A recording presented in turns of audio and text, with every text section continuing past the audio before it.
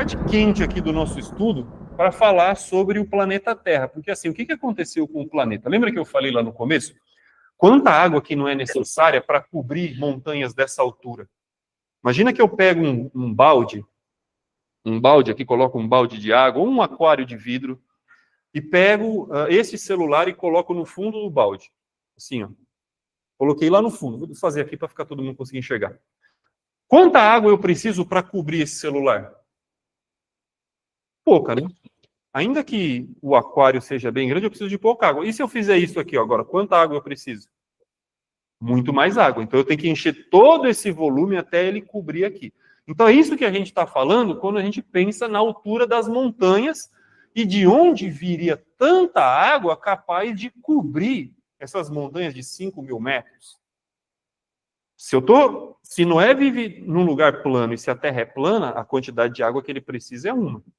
Agora, se o mundo tem essas montanhas dessa altura, eu preciso de muito mais água para que se cumpra o que o texto diz, que todas as montanhas foram cobertas em até 7 metros.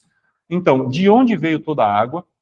O mundo permanece o mesmo, né? Porque o dilúvio é uma catástrofe. Quando as águas baixam e Noé sai da arca, ele se depara com o mesmo mundo de antes, ou é um mundo diferente? Para onde foi toda a água depois do dilúvio e como a vegetação renasce? Vamos falar um pouquinho disso. De onde veio tanta água? O texto diz, né, que todas as fontes do grande abismo e as comportas do céu se abriram. A ideia das comportas do céu é chuva, que vem de cima. Agora, ele tem um tal de umas fontes do grande abismo, né? E abismo não é o que está embaixo. Então, não só cai água de cima, mas brota água também, de alguma maneira, por baixo da terra. Então, não é só chuva, é alguma coisa que vem de baixo. Tá? Quais que são algumas das propostas hoje? A ciência sabe que existem reservatórios de água subterrâneos. Existem. A água que a gente vê no oceano, ela está na superfície. Mas existe água embaixo da terra. Isso foi uma discussão durante muito tempo. Não, não tem, não tem. Qual que é a certeza hoje que tem? Existem 2 minérios. Deixa eu ver se está escrito aqui. Acho que está aqui embaixo. Ó. Existem 2 minérios que é, olha o nome do minério, ringwoodita e vadisleita. Se você quer ter uma filha, você pode colocar esse nome nela. Vadisleita da Silva e ringwoodita Ferreira. Isso aqui são 2 minérios que foram descobertos. Sabe, nomes científicos, essas classificações são sempre nomes estranhos. O que eu quero dizer? Esses 2 minérios, eles são encontrados só em regiões extremamente profundas da crosta terrestre. E esses minérios têm grande quantidade de água no interior, tipo diamante. Como que as pessoas... Por que o diamante é tão caro, né? Como que se forma o diamante? O diamante é um minério que é formado sob intensa pressão. Por isso que você tem que escavar para achar. Porque é um minério que foi comprimido com peso de rocha, com pressão, com temperatura, e ele vai criando aquela característica que faz ele ser um diamante, que diferencia ele de outros minérios. Mas o que há no diamante mostra o que havia lá no fundo, porque ele é produto daquilo. Você faz uma salada e você sabe que quando você come a salada, puseram tomate lá. Por quê? Porque você fuça, você vê o tomate, não é? Criança, né? Quando você põe a comida no prato, ele... tem um negocinho verde aqui. Eles não acham? Então, cisca, acha. Quando você pega um minério e você dissolve ele, trata ele, avalia, enfim, faz todo aquele procedimento que os químicos fazem, eles descobrem os elementos químicos que compõem esse minério. E você pode ver o que tem em cada um deles. Esses 2 minerais aqui, ó, eles estão lá no manto da Terra. É muito profundo. E eles armazenam grande parte de água subterrânea e apontam que o planeta já teve esses reservatórios. Se não tem ainda, já teve. Como você sabe que teve? Porque os minérios que são extraídos de lá hoje têm água no interior. Então, eles não foram formados sem água. Era necessário água para que eles fossem formados. Então, qual que é a proposta? Que havia um grande lençol subterrâneo de água. Por alguma razão, algum tipo de fratura, de fissura, né? na crosta terrestre, fez com que essa água fosse ejetada. Essa é uma proposta, tá? E então ela volta na forma de chuva, tá? Então se rompem as fontes do grande abismo, essa água é ejetada para a atmosfera, esfria e cai em forma de chuva. A ideia seria essa, né? Esses seriam as montanhas pré-diluvianas e os mares pré-diluvianos. O relevo da Terra antes do dilúvio não seria o mesmo que nós temos hoje. Essa é uma proposta, você depois também pode dar uma procurada. Existem várias propostas, uma delas é chamada Teoria das Hidroplacas. Teoria das Hidroplacas, depois eu mando isso para vocês, que faz uma proposta sobre como poderia ter acontecido essas mudanças na superfície da Terra. Então, a ruptura das fontes e a chuva. De onde vem toda essa água? Isso é possível, né? O mundo de antes e de depois do dilúvio. Se havia realmente aquele continente único que é chamado de Pangeia, a gente já trabalhou com isso aqui no primeiro seminário que a gente fez sobre a criação, né? Se todos os continentes, a América do Sul com a África, com a América do Norte, estavam realmente todos colados e eles se afastaram com o tempo, dando origem a isso, né? Porque a gente vê como que a América do Sul encaixa na África, como que os continentes, parece que um dia eles já foram grudados e eles se afastaram. Hoje, os cientistas chamam isso de deriva continental. E os continentes estariam se afastando a uma taxa de 2 centímetros, 2,5 centímetros por ano.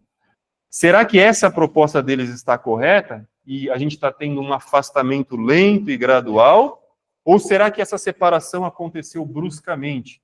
É isso que a teoria das hidroplacas propõe, que, na verdade, os continentes não estão se separando. A gente não está ficando cada dia mais longe da África. Na verdade, esse afastamento foi rápido, violento, com essa abertura das fontes que jogaram água para cima. Toda essa água que estava subterrânea funciona como um lubrificante. Então, na verdade, a placa tectônica, ela não está encostada rocha sobre rocha, ela estaria apoiada sobre água. Então, com a ruptura das fontes, as placas se afastaram rapidamente, os continentes. Então, existem propostas interessantes, tá? Criacionistas, são propostas não de cientistas ateus, de gente que está lendo a Bíblia, tentando explicar de uma maneira sensata o que pode ter acontecido com o mundo. Então, é mais ou menos o que eu quero dizer assim, quando Noé entrou na arca, talvez ele vivesse num mundo plano, onde as montanhas não passassem de 100 metros de altura, onde os rios, os lagos não fossem tão profundos. Era um continente plano e único. E ele entra no barco, aquilo tudo inunda e ele não está vendo nada. Mas o que está acontecendo lá embaixo? O mundo está um caos. Quando as águas baixam, que ele sai da arca, o mundo é outro. E ele ficou aqui, ó. Antes ele tinha condição de chegar, né, andando até o que hoje a gente conhece como América. Mas agora os continentes estão separados, as montanhas são altíssimas, os oceanos são profundos, né? Então isso é bem interessante. Então, com a abertura dessas fendas, inicia-se uma formação e deslocamento dos continentes. As águas subterrâneas atuam como um lubrificante, permitindo que as placas tectônicas deslizem e se afastem. O esgotamento da água, né? A água vai acabando embaixo da placa tectônica, a placa começa a frear. Você já viu aqueles caras na praia que jogam a prancha, sai correndo, pula em cima da prancha e tem hora que para? Por que ele desliza? Porque tem água entre a prancha e a areia. Mas a hora que essa água acaba, o que acontece com a prancha? Ela para. Então, o conceito seria esse.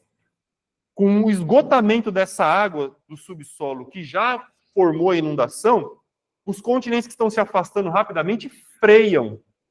E essa frenagem é o que gera essa estrutura de relevo que a gente vê hoje no planeta, o encavalamento de rochas e de placas gerando essa estrutura de relevo que a gente tem hoje, né? Então as montanhas tornam-se muito mais altas, como o Everest, e as fossas oceânicas profundas, a Fossa das Marianas, que a gente tem, o ponto mais profundo da Terra, tem 10.984 metros de profundidade. Então, isso é uma coisa interessante de pensar. Vou avançar essa parte, mas o que eu quero dizer? Quando os cientistas dizem, né, um dos desafios da leitura literal do dilúvio é: se aconteceu uma coisa dessas proporções, não deveria ter marcas no planeta mostrando para a gente que isso aconteceu? Mas existem essas marcas. É que cada um interpreta as evidências conforme a sua maneira de ver o mundo.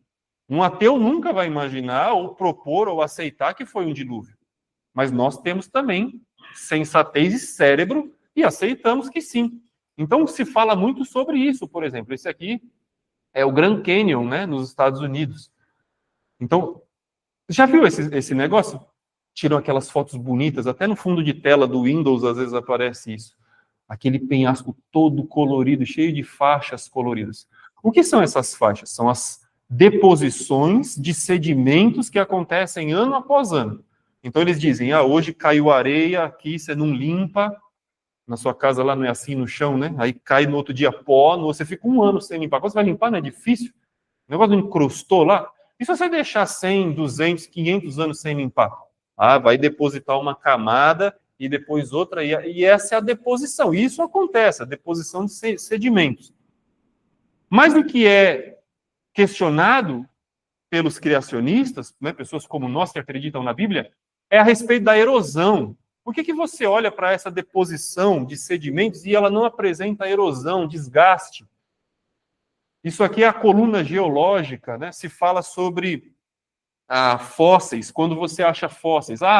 Acharam o fóssil de um dinossauro. Você sabia que já foi encontrado fósseis de dinossauros na mesma camada geológica de gente? Fósseis, ossada de seres humanos na mesma camada geológica de ossadas de dinossauros.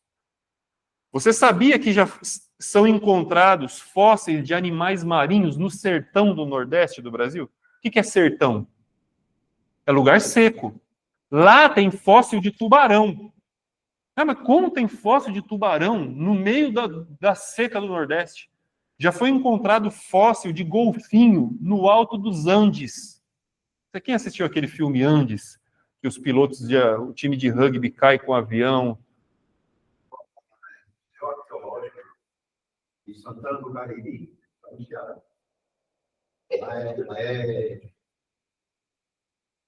foi achado tudo na região lá. Tem de dinossauro, inclusive, tem no Nordeste.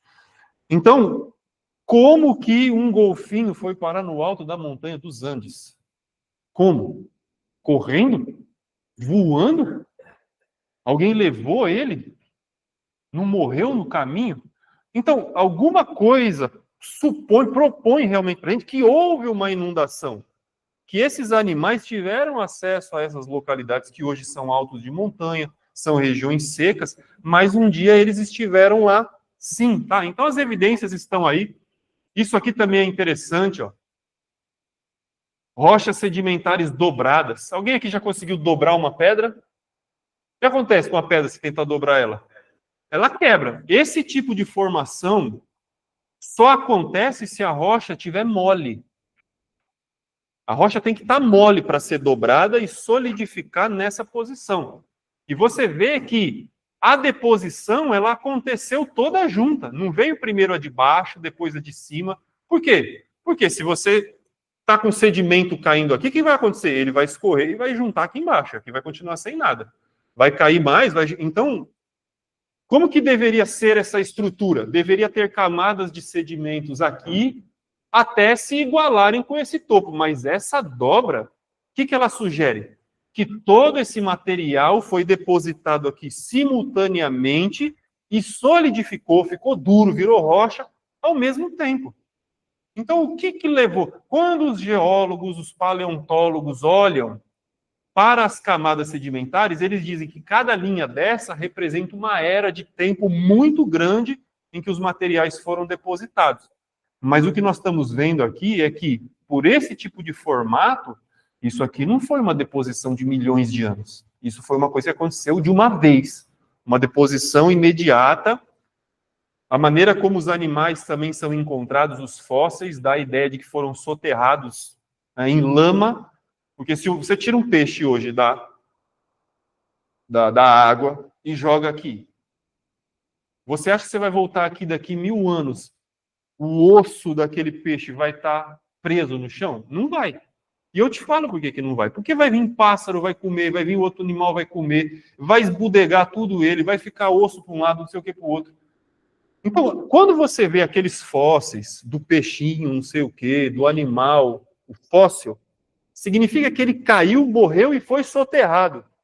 E não conseguiu se mexer e ninguém conseguiu ter acesso àquela carne para comer e para destruir. E ela dá, então, origem aos fósseis que a gente conhece. Então, o que eu quero dizer com isso? Que a geologia tradicional, ela faz a sua proposta, mas a gente tem que usar a cabeça para pensar, né? Porque tem sentido, sim.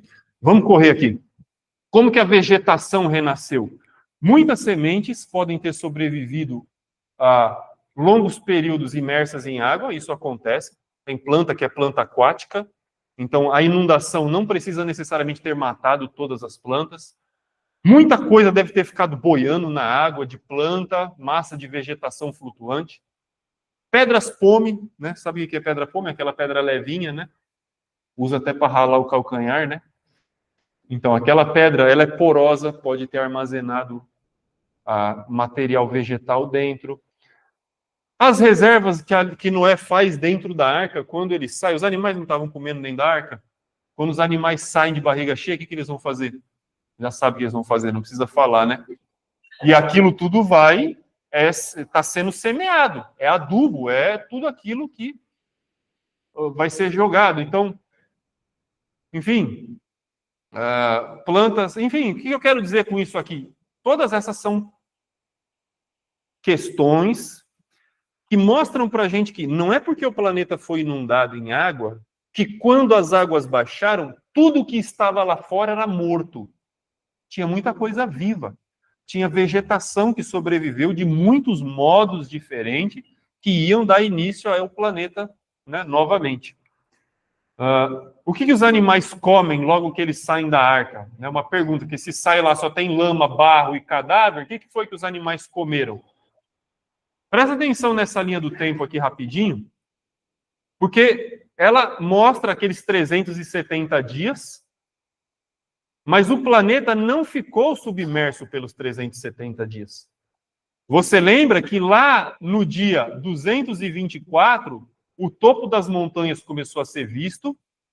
No dia 264, o Noé já envia o corvo volta. Desde que o primeiro topo de montanha foi visto até Noé sair da arca, se passaram de 224 para 370, são quase 150 dias. Então, o mundo lá fora já estava começando a brotar plantas e os animais de Noé estão dentro da arca ainda. 150 dias em que a vida lá fora já está começando a produzir, frutificar as plantas, os brotinhos a nascerem e tal. Quando Noé sai, uma boa parte da relva já está crescendo, algumas plantas já estão dando os seus primeiros frutos, né? Porque se passaram quase 6 meses aí.